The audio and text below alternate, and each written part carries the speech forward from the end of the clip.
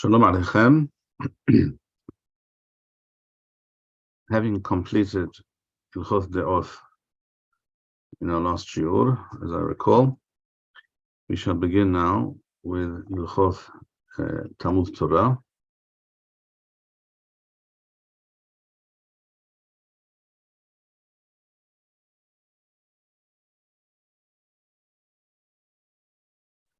I will now share the screen with you here. Hilchot Talmud Torah Perek Aleph.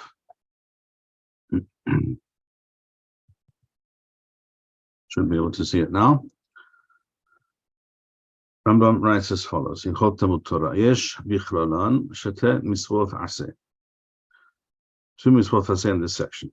Rishona lilmod Torah. The first is to study Torah, to learn Torah constantly, as we shall see. Shenia, the second, lechabed melamedeha u'yadaeha, to hold in high regard and to show great respect to those who teach and those who know the Torah.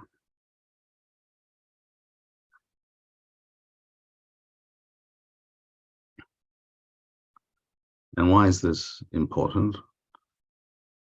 Rambam explains in Moreh Nevuchim that in order that the teachings and the opinions of Hachamim, Chachmei Torah, be held in high regard by the public, by the masses, it has to be a societal norm that Hachamim are accorded much respect and honor, and thus their words, their teachings will be held in high regard as well. That is one part of the equation. Another part is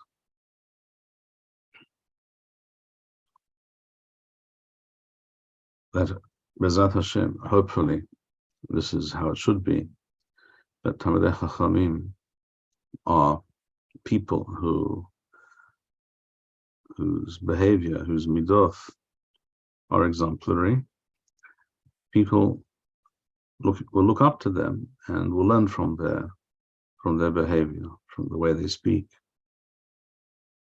how they do speak and how they do not speak, for example. What do they do say and what do they not say?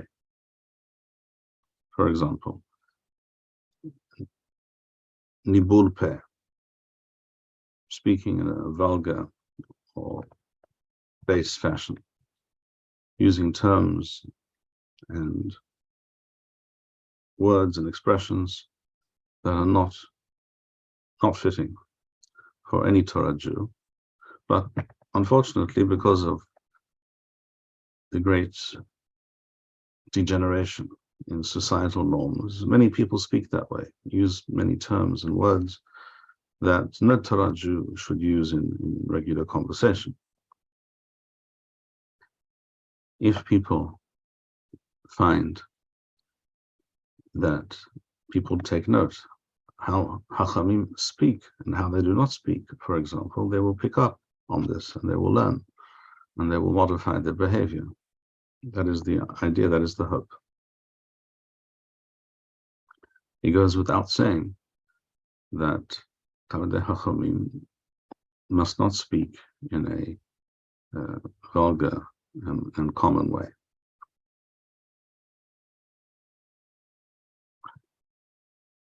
That is with regards to these two mitzvot. Be'ur shte mitzvot elu v'ifrakim elu. Perek Rishon, Halacha Aleph. Rambam states, I mark it out on the screen here. Noshim va'avadim peturim mitalmud Torah. Women and avadim, slaves, this is refers to avadim Kanaanim, that is to say, non-Jews who were converted in order to receive the status of an Eved Kanaani.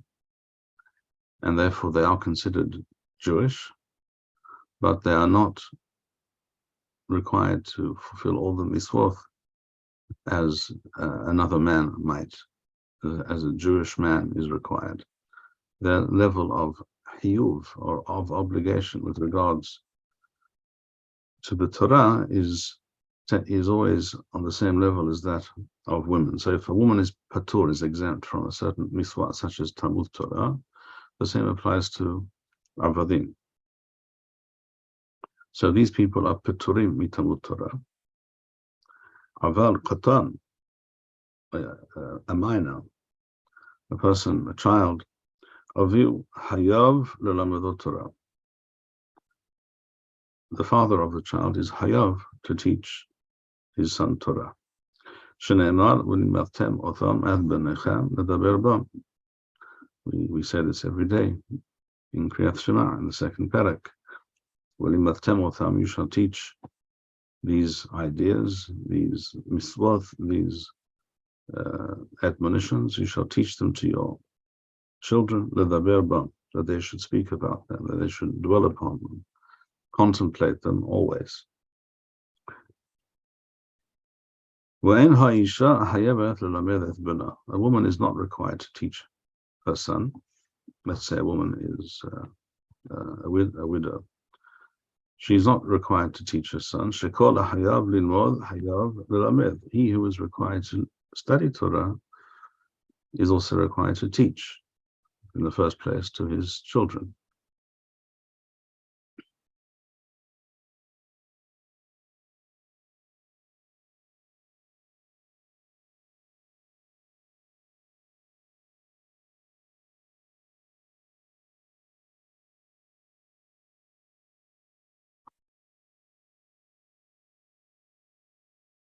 I want to quote to you from Sefer Mitzvot. So just one moment.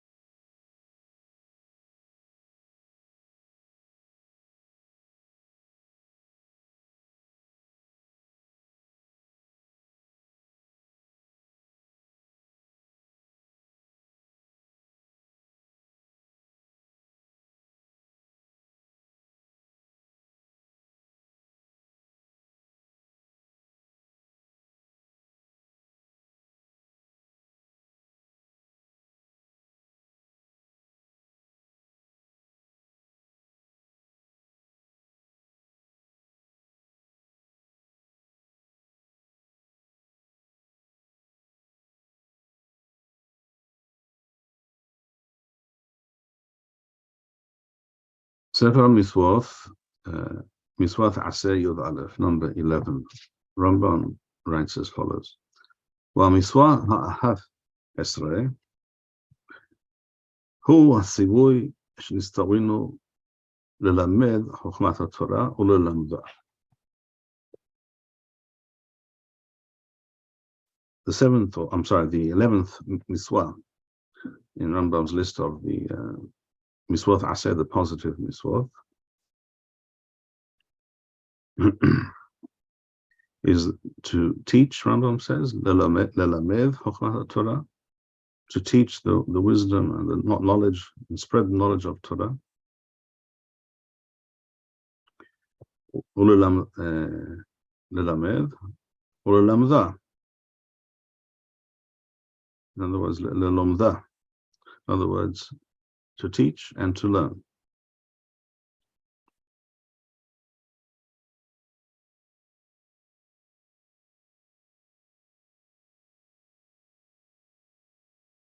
So we see here in Sefer HaMitzvot, as we also have just read in here in Hilchot Talmud Torah, in the Mishneh Torah, Rambam mentions first the Chovah to teach Torah before he speaks about the Chovah, the requirement to study Torah. In other words, the central core of this mitzvah is to teach Torah to others. A person who knows Torah is required to teach Torah. He's hayav to do so.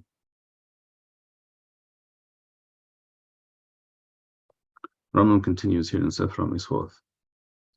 Wazeo hanikra Talmud Torah, v'hu amro ushinantam levanecha.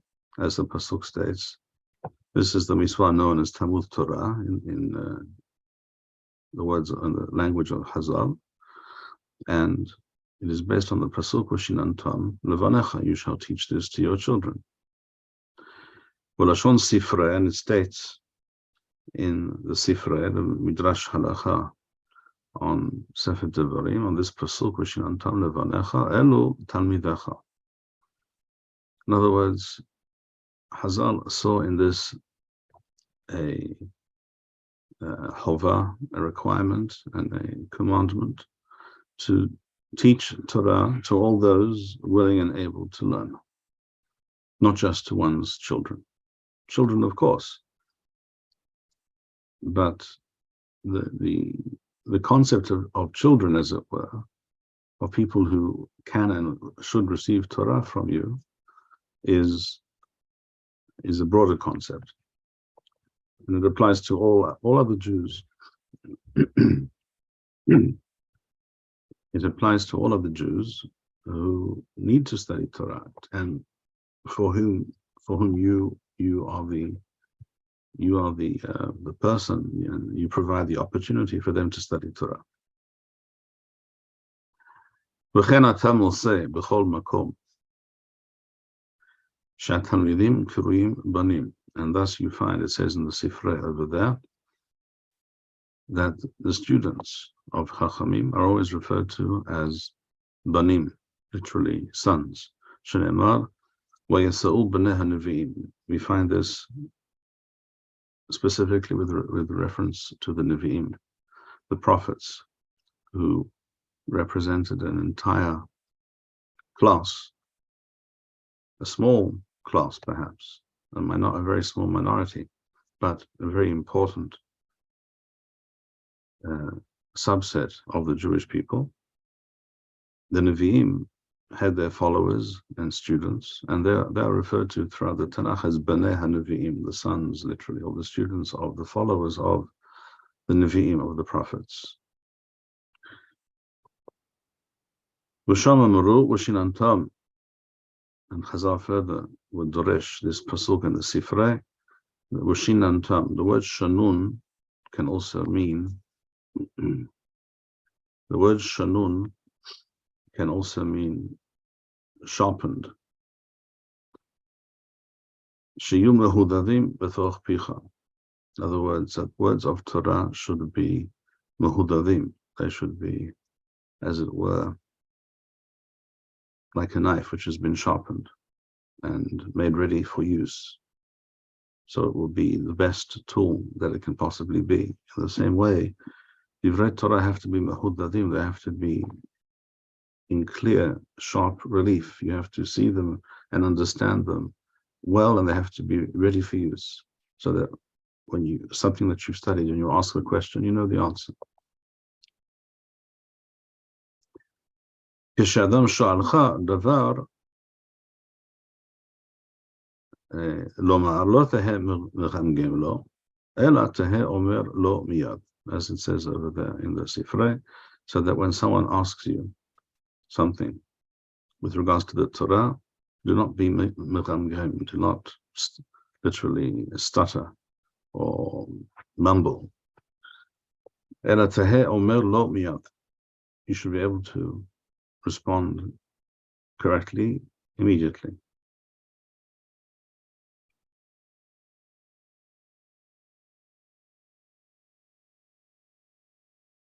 And this mitzvah is repeated many times in the Torah. It says, Rambam, Mukhbar nichbal siwui zeh kama pa'amim.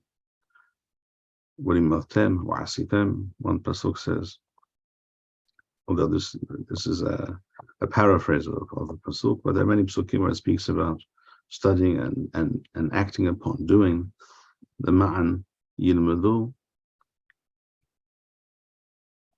and that is in Devarim Lamed Aleph. והזירוז המצווה זו והחריצות עליה מפוזר בהרבה מקומות בתלמוד. And Hazal stressed the importance of this mitzvah and of being very diligent in the pursuit of this mitzvah in many places. All right, that is what Rambam says in Sefer Mitzvot.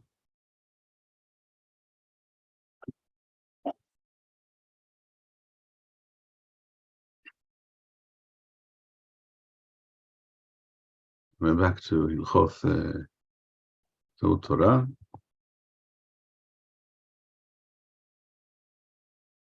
So we said that Rambam begins both here in Mishneh Torah and in the Sefer Mitzvot. He begins by stressing the Chovah to teach Torah.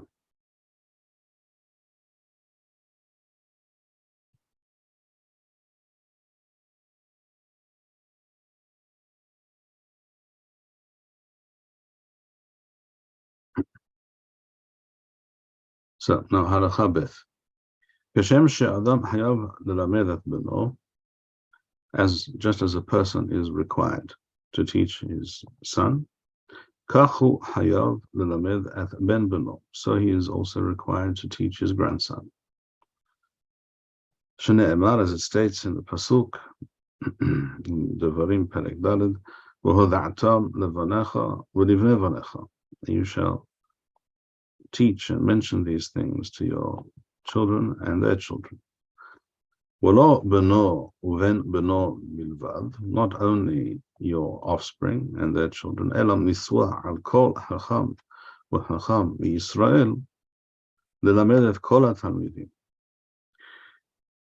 Yes, the pasuk speaks specifically, the pasuk that we mentioned before, when Yimatem Otham et Benechem, or Washinantam Levanecha, or V'hoda'atam Levanecha, V'livnei all these pasukim mention one's children. But as we just said, as Rambam said in Sefer HaMitzvot, this applies, and this is just a paradigm, and it applies to all students, all people willing and able and requiring your help in studying and knowing Torah.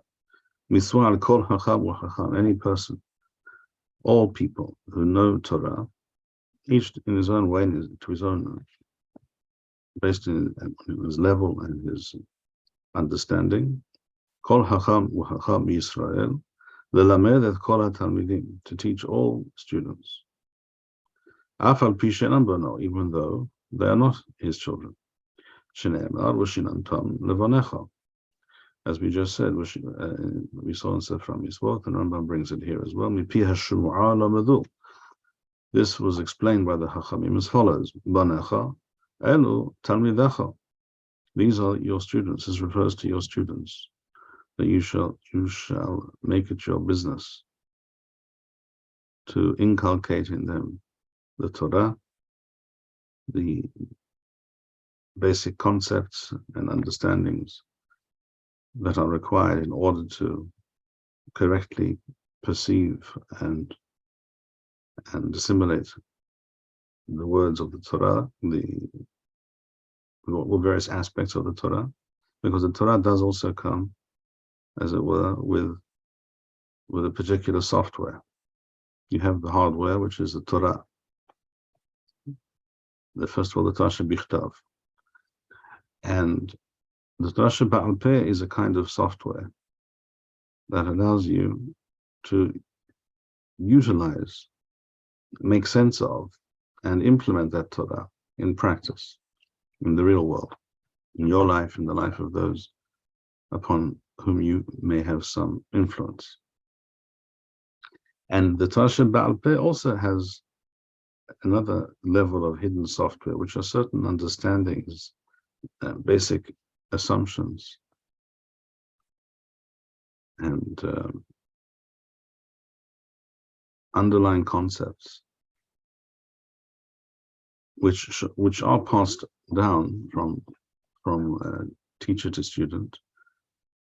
If the study of Torah is being done correctly, these are also part of the limud, a part of the study, part of the process of conveying the Torah from one generation to the next. In the same way that a father teaches his children all kinds of things in life from the earliest age. Take a very simple, mundane example. A father may teach his child at a very young age how to tie his shoes, for example. A basic life skill. There are other people who might teach the child as well, but it is often the parent who does so, and it makes sense that it should be the parent, because the most basic, straightforward, simple aspects of life, of human existence, should be, first of all, in a normal situation, should be passed on from parent to child. In the same way, Torah is passed down from teacher to student. It should be in an organic and intuitive way. And part of that intuitive teaching of Torah are the various understandings and basic assumptions that are part of the Torah. If one wants to look or find those basic understandings and assumptions, one can find them, particularly not only in the Torah Baal Peh, also in the Torah Bichtav, in the Tanakh, and more particularly because the Torah Baal Peh is more is much wider in scope and deals with many more details, etc. You will find these discussions, these concepts, underpinning many statements in the Torah Baal Peh, in the Mishneh, in the Talmud, in the Midrash. And these are all part of the Torah, the kind of software which allows you to make use of, internalize, and implement and live the Torah. So Rambam said, Banecha elu talmidecha. The word levanecha should not be understood in the limited sense, but in a broader sense.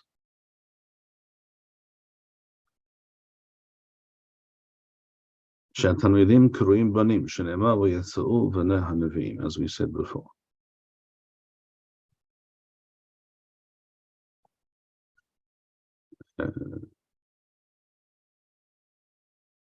Rambam says, for example,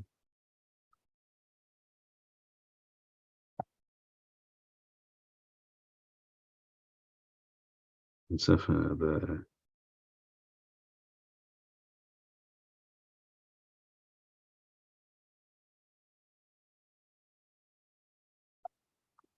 Nezikin,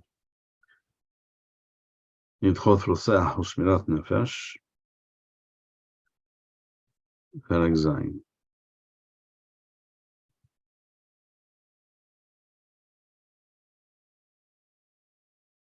Well, why am I quoting this? I'll share this with you as well. In Hilchot Rotzach, Shmirat Nefesh, Perek Zayin, Halacha Aleph, Rambam discusses the unfortunate, tragic situation where a person unwittingly committed manslaughter. He killed another person. The halacha here is Talmid shegala le'areh miklat. So what is done with such a person? They must go to a particular town, a place set aside for such cases. So a Talmid Chacham, Talmid Chachamim, a student of Torah, who unfortunately found himself in this situation, he must go now, leave his home, leave his surroundings, and he must go to this new and strange place. Maglim Rabo Imo. Now, what happens to this person? How is he to be? How is he to continue his existence? A major part of his existence, the essential part of his life was the study of Torah and living Torah. And if he has a close relationship with a particular chacham who was teaching him Torah regularly, and now you send him away, how will he continue? Sending him away without any way of maintaining contact with that teacher of Torah will essentially be destroying his life. And therefore, the halacha is that when a Talmid galal la'arei miklat, he also, his Rav, his teacher, maglim rabbo imo, he's also told you have to go with your student to this place and be there with him for as long as he has to be there. Shneimar wahai, he has to be able to live, to continue to live properly. Aseh lo kadesh yihya, do what is necessary so that he will be able to continue living. Why?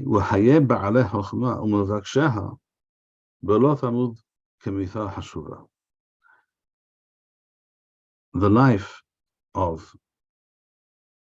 for those who are connected to true wisdom, to Torah, and those who seek the wisdom and the chokhmah of Torah, for them to live without, Talmud says Rambam, without study of Torah, without access to Torah, Kamitha Hashuva is like death. Wechen harav shegala, and the same is true in the reverse. If it came to pass tragically that the Rav, the teacher of Torah, somehow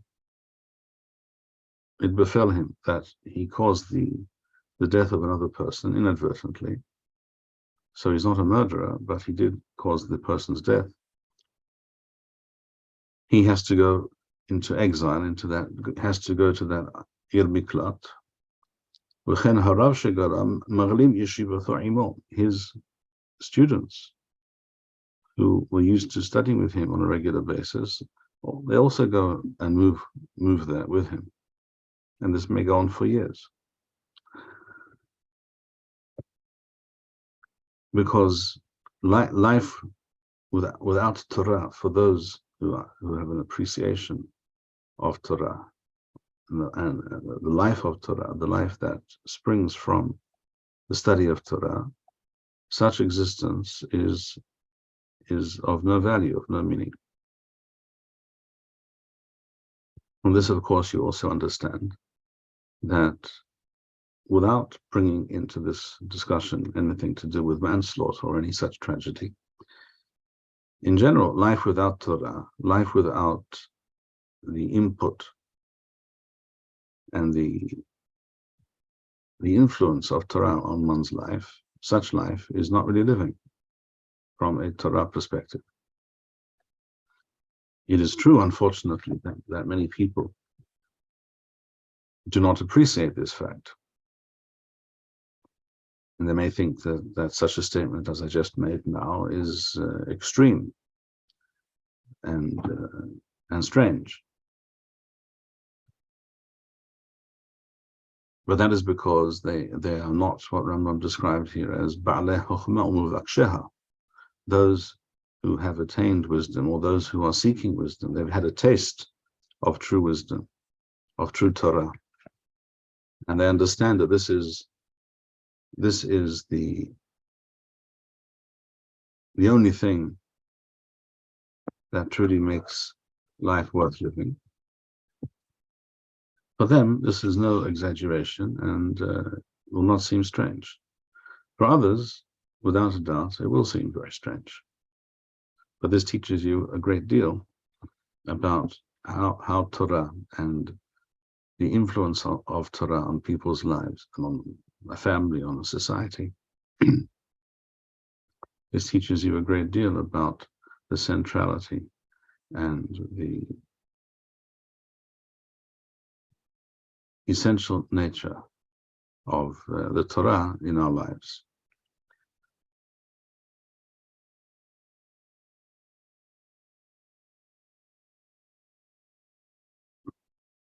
So, returning to Hilchot Talmud Torah, Perek Aleph, which you should be able to see now, Rambam now states, Halacha Gimel or Beth, depending on the edition before you, Imken, lama nistawa al bano, seeing that one is required to teach all Jews, all other Jews wishing to study Torah. Why does the Torah mention specifically one's son or grandson? Lama nistawa al bano wa al ben bano, lahakdim bano leven bano, uven bano leven havero. To intimate to you that yes, you are required to teach all people Torah, but your obligation, in the first place, the Mitzvah that devolves on you is to teach your children and their children. And teaching others should not come at their expense. So they have priority. And Rambam continues and says, وَحَيَاv liskor melamed livno lelamado.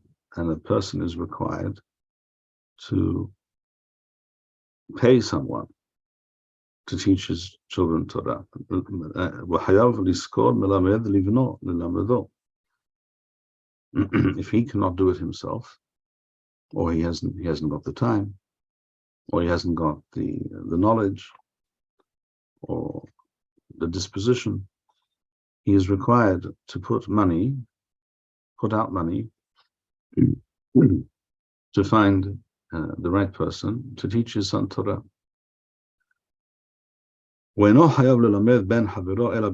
However, here we have a difference between one's own child and your neighbor's child. You're hayav to teach all children, all people, not just children. With regards to your own children, you're hayav to put out money, if necessary, for their education. But teaching others, you are not required to incur any financial loss doing so.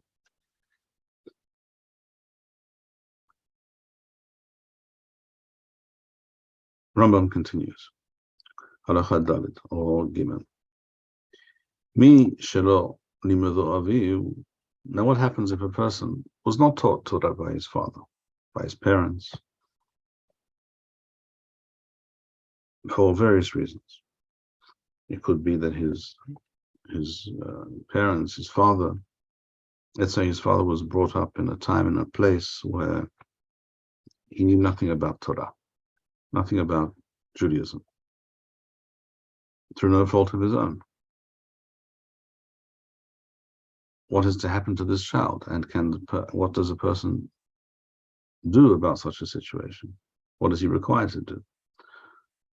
Rambam says, "Mi shelo limedo aviv hayav lelamed et asmo k'she'akir."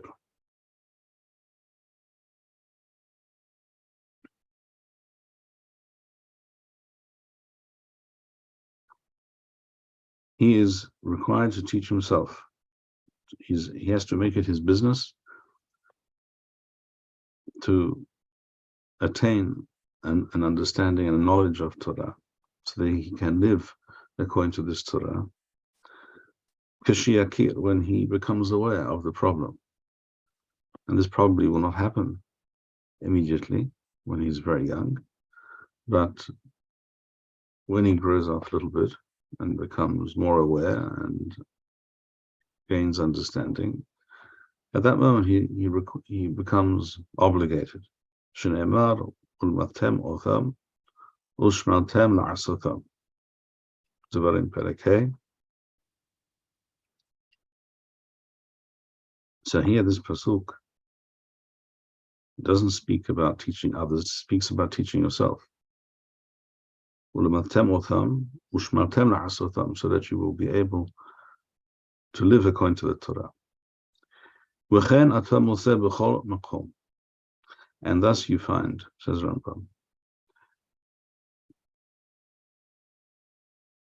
that Talmud kodem l'maaseh, the study of Torah comes before the teaching.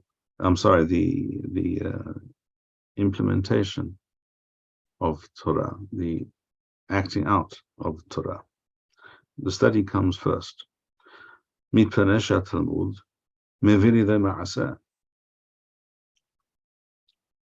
Because the study of Torah brings or causes, leads to the ma'aseh, the fulfilling, the acting out of Torah. But the opposite is not necessarily true. وَإِنْ هَمَعَسَى مَذِي لِذَا Talmud. But just the action of doing a mitzvah, shall we say, on a one-time basis. Someone says to you here, put on these tefillin. And a person may put on these tefillin. And he has performed a mitzvah by doing so. But this act will not cause him, it is unlikely that it will cause him to do other mitzvot, or to begin to delve into the Torah and understand the Torah, and even understand what that mitzvah was that he just performed and why he did it. What is its significance? Now, the Talmud, meviri de ma'aseh, when ha-ma'aseh meviri de Talmud. This comes up in a discussion in the Talmud about what is greater, Talmud or ma'aseh, the study of Torah or the doing of Torah, the action itself. And the answer of the Chachamim there is Gadol Talmud shemeviri de ma'aseh. The Talmud is greater because it brings in its wake the kiyum, the acting out, the implementation, the kiyum of the Torah. You cannot have kiyum ma'aseh without Talmud. And Rambam here understands this concept in a very straightforward and technical sense. Now, Talmud allows one to do the ma'aseh. By studying, you will know what to do, and therefore, hopefully, you will do it. But just the action itself, without the study, will not lead to other ma'aseh. That will not lead to further action, to other mitzvot. This is how Rambam understands it. The Maharal in Prague, in his Sefer, the Maharal in Prague in his Sefer Tiferet Yisrael explains the concept of the statement of Chazal Gadol HaTalmud Shemeviri de Ma'aseh differently. He says, if it was only a question of what comes first, what is to be given precedence, the study of Torah or the doing, the acting, the performance of Torah, of the mitzvot, then it would not use the term Gadol HaTalmud Shemeviri de Ma'aseh. Great is the Talmud because it brings also in its wake the Ma'aseh. It would have said simply HaTalmud Kodem Shemeviri de Ma'aseh. The study comes first because it will then produce also the Ma'aseh, the action, the doing, the fulfillment of the Torah. When the Chazal used the term, the language, Gadol Talmud Shemeviri de Ma'aseh, great is the Talmud Shemeviri de Ma'aseh, says Maharal. This statement goes beyond that. Here, Chazal mean to intimate to us, says Maharal, that the study of Torah does not simply inform one of what to do and what one should not do. That, of course, is very, very important. But it's more than that. It's not just conveying information and instructing you how to live. Gadol Talmud hameviri de ma'aseh. It causes you, the study of Torah, the more you delve into the Torah in terms of its study, and the more you understand, also therefore there are levels of understanding, levels of Talmud. You can understand Talmud on this level, or you can the more you understand, the more you learn, the more you delve into things, the more your perception and your insights develop. That which was understood at one point, you will understand now on a deeper level. And so it goes on indefinitely throughout one's life. That is how it should be. So the more one studies Torah and understands the Torah, any part of the Torah, not specifically a section or a topic in the Torah, which has a specific halachic outcome in terms of what you must do. The study of Torah in general, any part of the Torah, creates within one the desire, the yearning to perform the Torah. It affects one's ratzon, one's will. And that's why Chazal used the expression, Gadol ha-Talmud shemevili de ma'aseh. The Talmud doesn't just inform you what you should do and what you should not do. The Talmud creates the will within the person to want to do these things. The actual Talmud, the Talmud itself has this power, has this effect on people who study the Torah truly, sincerely, with a pure heart and with the correct attitude, as opposed to what? As opposed to people who perhaps delve into the Torah in different ways, or they dabble in the Torah because it is something of interest, because one can write a doctorate about something that connected to Judaism, perhaps, or one can, for various reasons, in order to compare the system of thought or life to the Torah, one has to engage in comparative studies, or what have you. When it's viewed as simply another area of study, so you could be studying Torah, or you could be studying Chinese philosophy, that will not inculcate in a person the deep and profound desire to become a person of Torah. But a study of the Torah based on the correct approach and attitude. But this is Devar Hashem.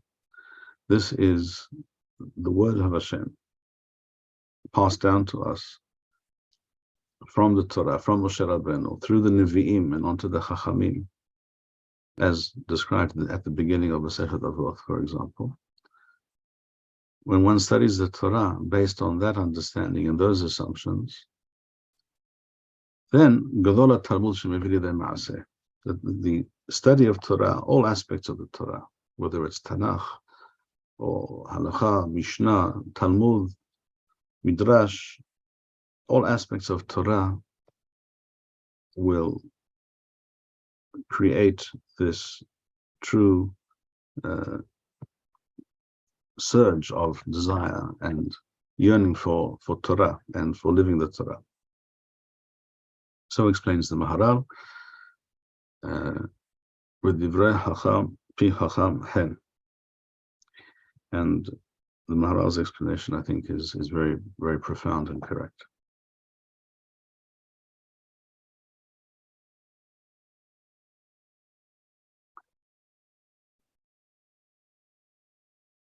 Rambam says now in Halakha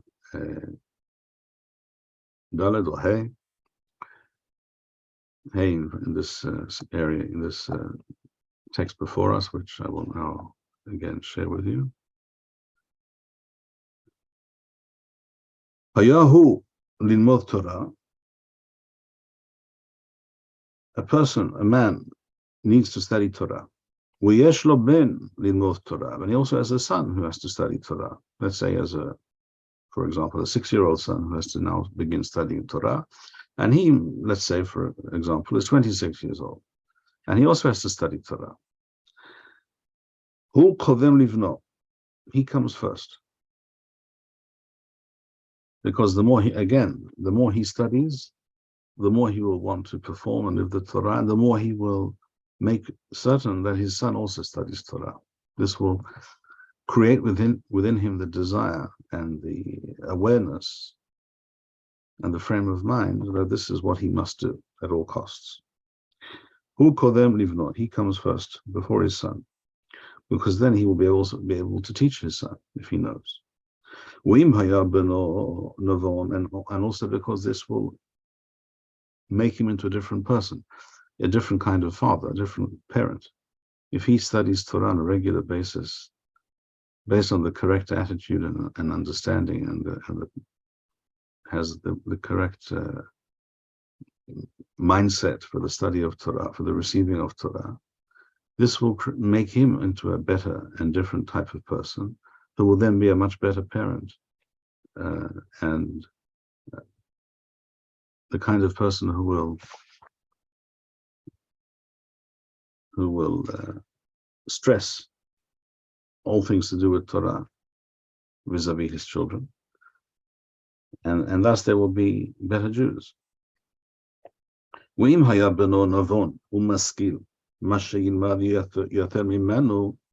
Now, if his son happens to be very bright, very gifted, and he understands and internalizes quickly and correctly that which he is taught, more than he himself is, then his son comes first. So we see that the overall consideration, the paramount consideration, is for the child, for the son, for the next generation. Whatever will serve that purpose better takes precedence. So if his son is a better student of Torah than himself, and let's say he hasn't got the money to hire a teacher for himself and a teacher for his son, then in that case his son comes first.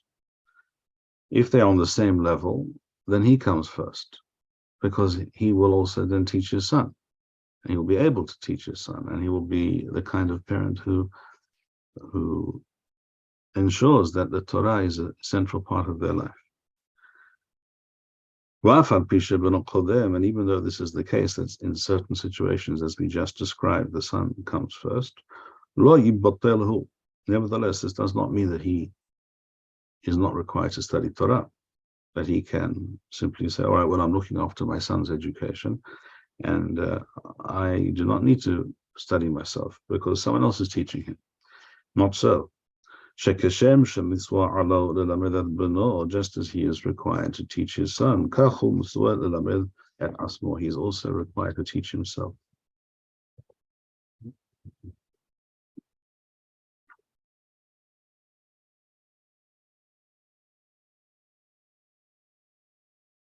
Rambam now says the next halakha. This will be the last one for today.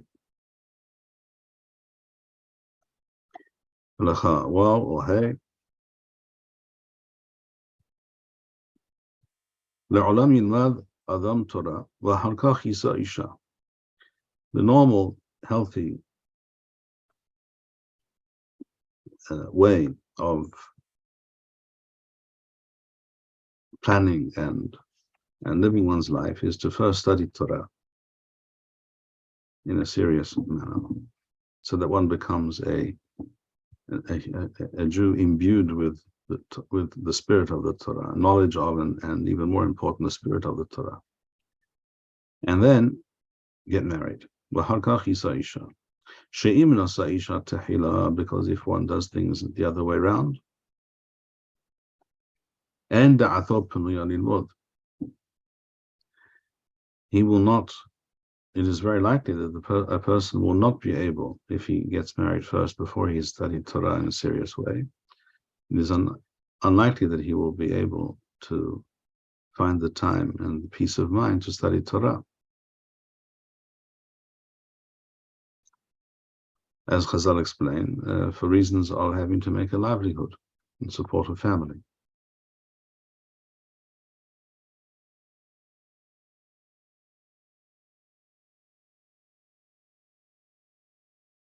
In other words, here we're discussing a person who, for whatever reason, did not study Torah till he's fairly old.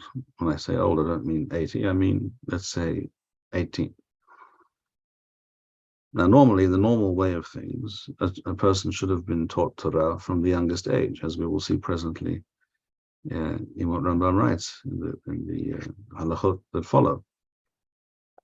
From the very earliest age, from the time that the child begins to speak, he is being taught words of Torah, so that by the time he gets to the age of 18 or 20 or whatever, or older, he is already a not perhaps not fully mature, but well-formed and well-rounded Torah Jew.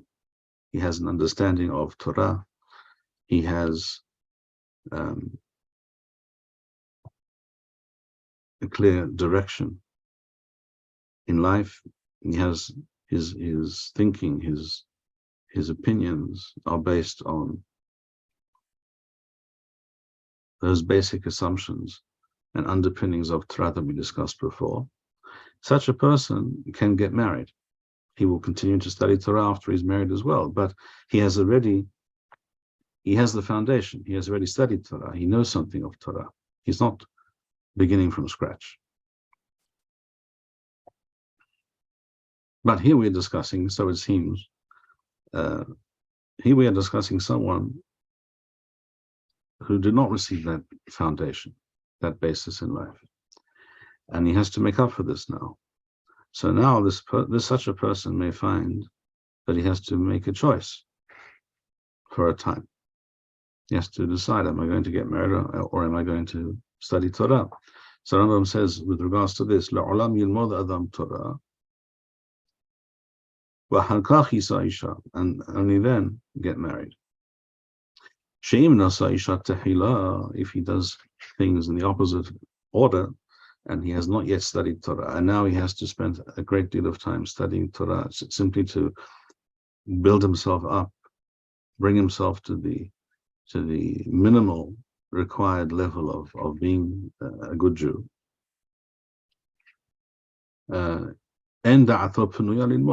It is likely he will not be able to dedicate himself to the study of Torah because of the need to make a living.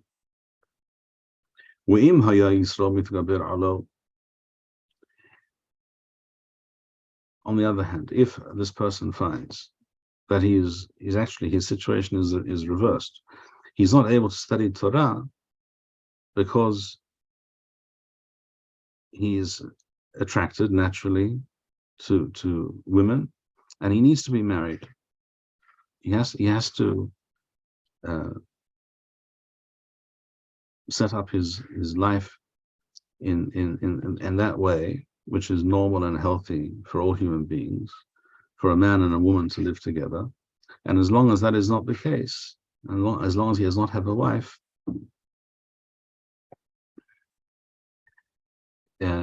he will not be able to concentrate on his Torah studies. He will not be able to focus. In that case, Yisa Isha Wahankach Yilmad Torah. In that case, he has to choose the opposite path. He has to first marry in order to settle himself and establish his life on a solid foundation, so that sexual matters will not distract him and lead him astray, and then spend as much time as he is able on the study of Torah.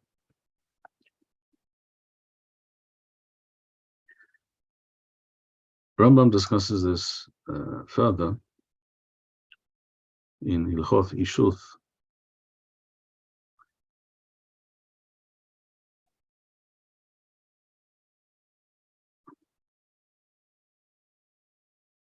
In Hilchot Ishuth, Perek Tethwell,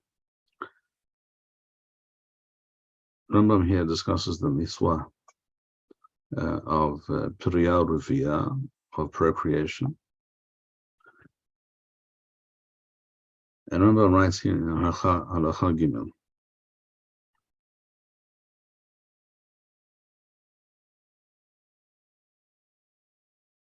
In Halacha Beth.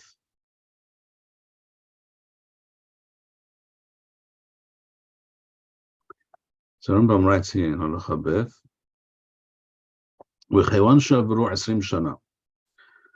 when a man reaches the age of 20, and is not yet married, he is not fulfilling his mitzvah periyah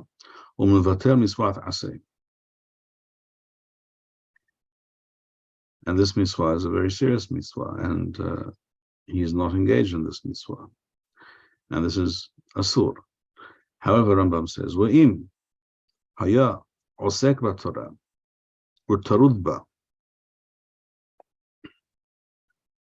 If, however, this young man was very seriously and constantly engaged in the study of Torah with tarudba, so that he has no room for other things in his life at this point, and therefore he is not inclined to get married at this point, so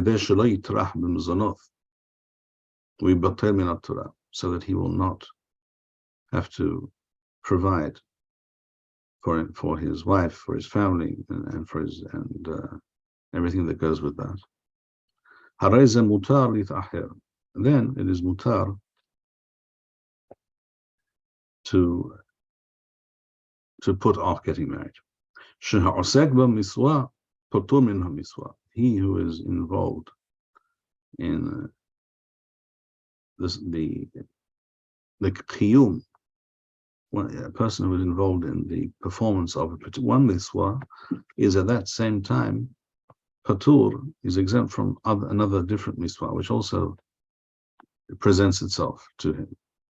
Both of these mitzvot are incumbent upon him. At this moment, he is involved in doing mitzvah A. As long as he is doing mitzvah A, he is patur, he is exempt from mitzvah B. This is a general rule, and applies to all mitzvot. B'chol sheken, says Rambam, b'Talmud Torah.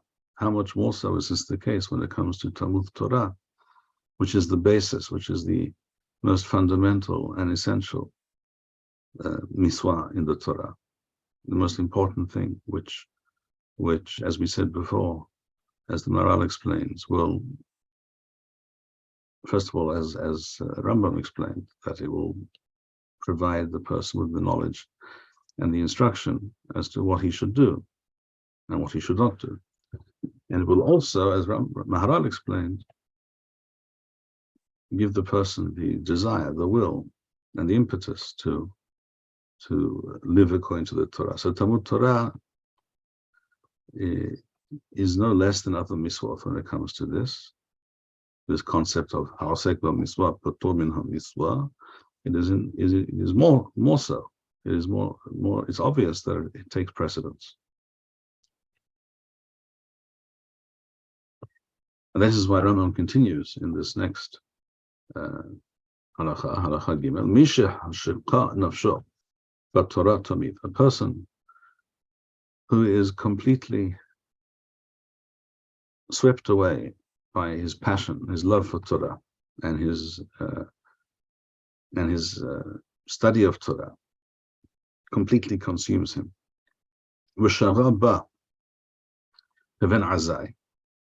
And focuses everything, all his energies, all his time on the study of Torah. Like as Chazal mentioned with regards to the Tana ben Azai, when idbak b'kol yamo. So this is not something every person can simply claim for themselves. This has to be a truly unusual, very unique individual who's nidbak b'kol yamo. He is completely and inextricably attached to the Torah, and cannot see himself doing anything else being engaged in something, including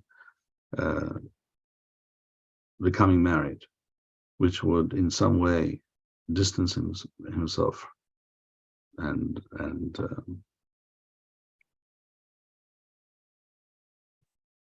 cause him to spend less time studying Torah. And therefore he did not get married. And Chazal say, if that is the case, such a person is not an avariyan, he is not committing an avera, a sin, in that he did not get married and have children. And this is on condition, and this is on condition that he is someone, and this too is very rare, extremely rare, that he is someone who is in complete control of his passions, his sexual drive, etc. But if that is not the case, and his passion gets the better of him, then he has no choice, he must get married. Even if he has children already, let's say from a previous marriage. Lest he be consumed with his unrequited sexual passions, and this will lead him astray, and it will also, of course, not allow him to study Torah as it should be studied. We shall stop here for today. Rabbi? Yeah. Sometimes I find it a bit unclear as to to what extent Limud Torah should be prioritized in relation to other types of study. For example, history, political things, even perhaps great classical novels, great classical material of other kinds. One can, I can see a more for this. I don't want to use this term stam, but for the sake of this purpose, say that I could see the more so-called Haredi approach as having a logic to it, because if Torah is also of such a tremendous value, then why should one spend any time reading any type of book about history, science? And it also reminds me, when I was growing up, I was exposed to the idea from Yeshiva University, Rabbi Lamb, the idea of sort of the knowledge is all being connected to Torah in some ways, sort of a candelabra, where the various secular areas of knowledge are also in some ways part of a bigger picture of Torah. So can the Rav give any clarification on this issue?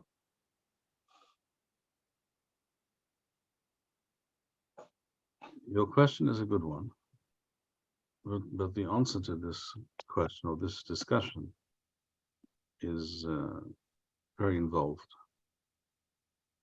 And it is definitely not one size fits all.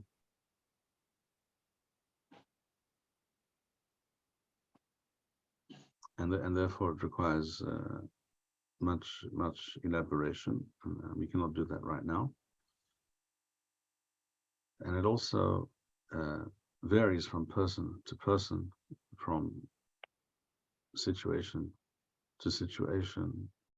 Sometimes you could even say it has a lot to do with the historicals and social context. It varies from generation to generation. And all of that is true. And that's exactly why it cannot really be answered in a couple of sentences. What one can most definitely say is that the foundation, the basis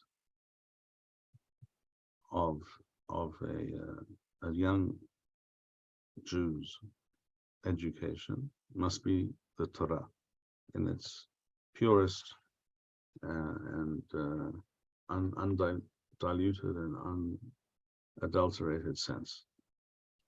from the earliest age, as which we shall see later, and certainly up to the beginning of adulthood. That should be the main and the main focus of a person's education, so that a person has a solid foundation and ideological framework. Afterwards, as one grows older and more mature, and again, this varies from person to person, there is room for discussion for other areas of study, which can be very important, particularly for certain types of people who will have to deal with and therefore they will have to first know. Before you can deal with something, you have to be aware of it. You have to have some knowledge of it and experience of it. You have to be, in order to be able to deal with and discuss other ideologies or certain ideas that other Jews will run into, in order to provide them with direction. The Chacham will often will find it necessary to make himself familiar with these things, and it also depends on the person's natural dispositions and intellect. Such a Chacham will likely find himself drawn to certain things because they interest him as well, because he's a thinking person, and there is this idea or this philosophy or this ideology or this claim out there in the world, and you have to somehow come to terms with it and deal with it. And you cannot do that without addressing it seriously. But not every person has to spend much time and energy discussing and learning these things. For most people, it's not necessary, and it's not even advisable. For some people, it is. And these are things that become clear to the student of Torah intuitively over time. It also may be that his teachers will explain to him that right now you should not be you don't need to spend time with this, or actually you should be, for various reasons. And that's why all these things are they need to be discussed and examined in light of the individual who's asking the question, or who's wondering about his path and his direction in life, or what he should spend some of his time on. This will become clear over time. But the basis, the foundation of any Jew's education has to be first based thoroughly and entirely on the worldview and the essential ideology of Torah. Rabbi? Yes. But you're not. I don't think. I just don't want what you're saying to be misunderstood. You're not implying that at the elementary school or high school level that no non-Torah subject should be taught. Well, this raises another question. What is a non-Torah subject? Is arithmetic is not an explicit part of Talmud Torah on the one hand. On the other hand, there are many basic things in the Torah that you will not be able to do without a basic knowledge of arithmetic.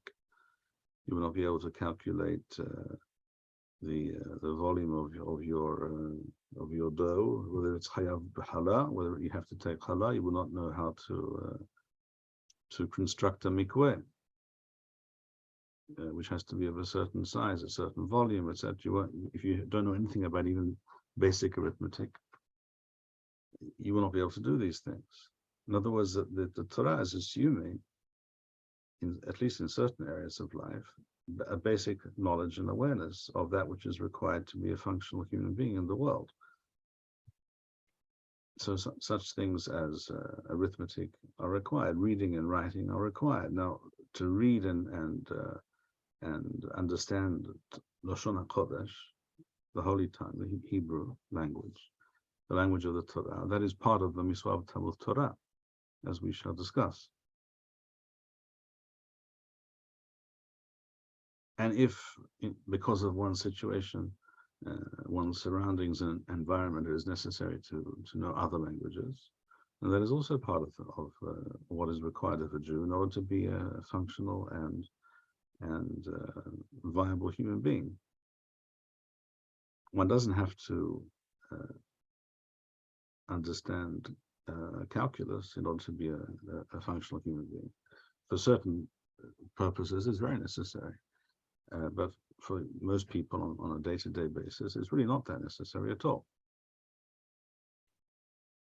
And many people will not be able to grasp it anyhow. So what's the point of trying to teach them? So it depends on the individual, it depends on their direction in life.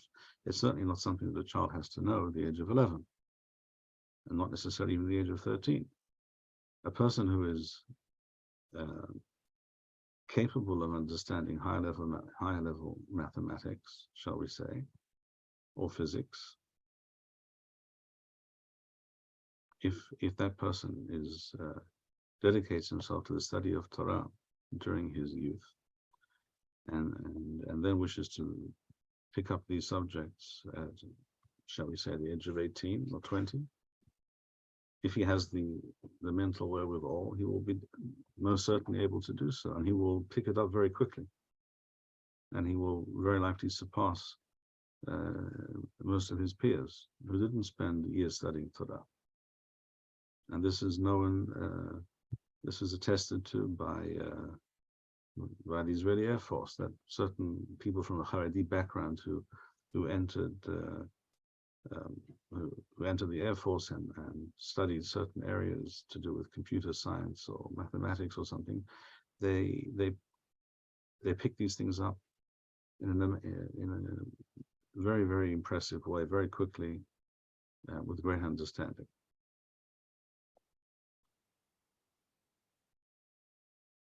Another basic thing that is required, I think, is a very basic knowledge of geography of the world. I'm referring here to general knowledge, basic understanding of geography, and having at least some awareness of various races and cultures, civilizations of the past and of the present, and history. It is necessary to have a basic grasp of history. I mean, for that matter, if you want to learn Sefer Daniel, and you find that in Sefer Daniel it discusses various empires that rose and fell, well then you're going to have to study this anyhow, at least to some extent. You're going to have to know there was a Persian Empire, and there were Greeks, and there were Romans, and all kinds of things, and you need to know this. And it's impossible to be a serious human being without at least a basic knowledge and understanding of these things. But that is not the same at all, of course, as teaching transgender studies to primary school children, or for that matter to high school people in high school, or for that matter people in university. In general, I think universities, and I'm not the only person to make this claim, by and large have lost their way, and it can be debated whether by and large universities do more harm than good nowadays. I do not think gender studies propel humankind forward.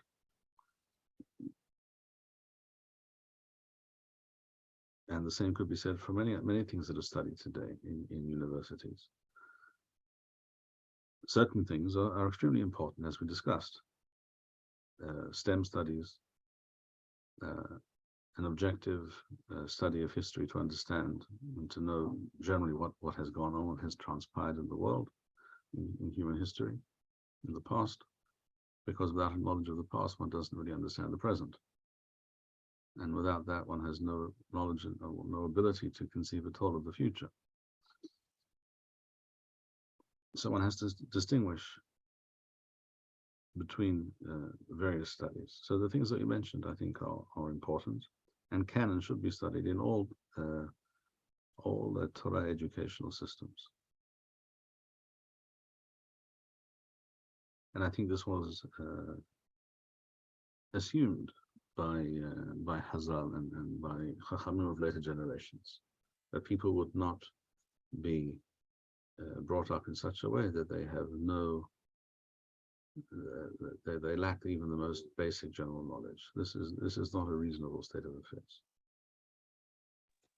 So, Rabbi, so you would agree that in the Haredi system, perhaps they've gone too far the other way, and elementary school kids and high school kids aren't being given sufficient general types of knowledge? Unfortunately, I would have to agree with that assessment. One can understand why the system developed as it developed, but as a response, an extreme response to the opposite tendencies in the Jewish world in the 19th century, shall we say. But we also see that the result is far from the desired outcome. And this can be changed and can be improved upon. And by the way, I would mention that a lot depends also on the home. Not everything has to come from the school. The school has a certain function. And if for example, you have a school which does a wonderful job of teaching Torah and Midot and living a Torah lifestyle, but doesn't find the time or doesn't have the inclination or the ability to teach anything in the way of history, shall we say, well, then the parents should be able to do something about that. There are books, they can discuss things at the table, they can provide their children with certain materials.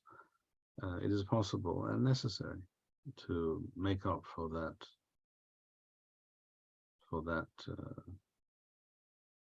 lacking.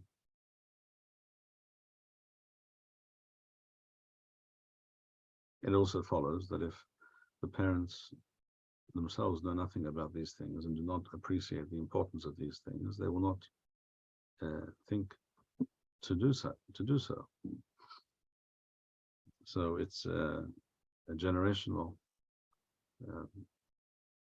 process. So I think we'll end here for today. Hayu baruchim hizku v'yames levavchem kol ha'me'achalim l'Adonai. Shalom. Thank you, Rabbi Bar-Hayim. We would like to encourage our viewers to share these videos with friends and send in your responses. We would also like to suggest the following opportunity to our viewers. If you identify with Rabbi Bar-Hayim's message and would like to sponsor or dedicate a video interview with the rabbi in honor or memory of a loved one, if you would like to obtain Birkon Nusach Eretz Yisrael or invite the rabbi for a speaking engagement, please email us at office@machonshilo.org.